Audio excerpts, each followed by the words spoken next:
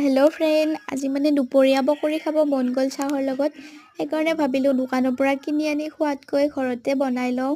বন্ধাকবি আছিলে, তাত বন্ধাকবি অকণমান কুটি ল'লোঁ আৰু বেচন দিলোঁ। ইয়াতে মানে আৰু বেলেগ বেলেগ বস্তু দি খাব পাৰে। আমি আৰু বেলেগ বস্তু দিয়া নাই। অকণমান চাটনি বটি ল'লোঁ, বুটৰ চাটনি। কালাৰটো হ'বৰ কাৰণে ৰেড চিলি অকণমান দিছোঁ।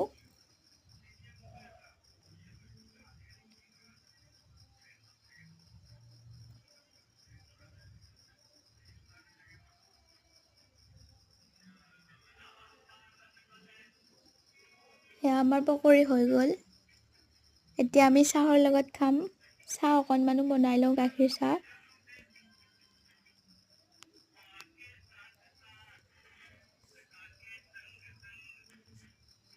সেয়া চাহ হৈ গ'ল, এতিয়া আমি খাওঁ।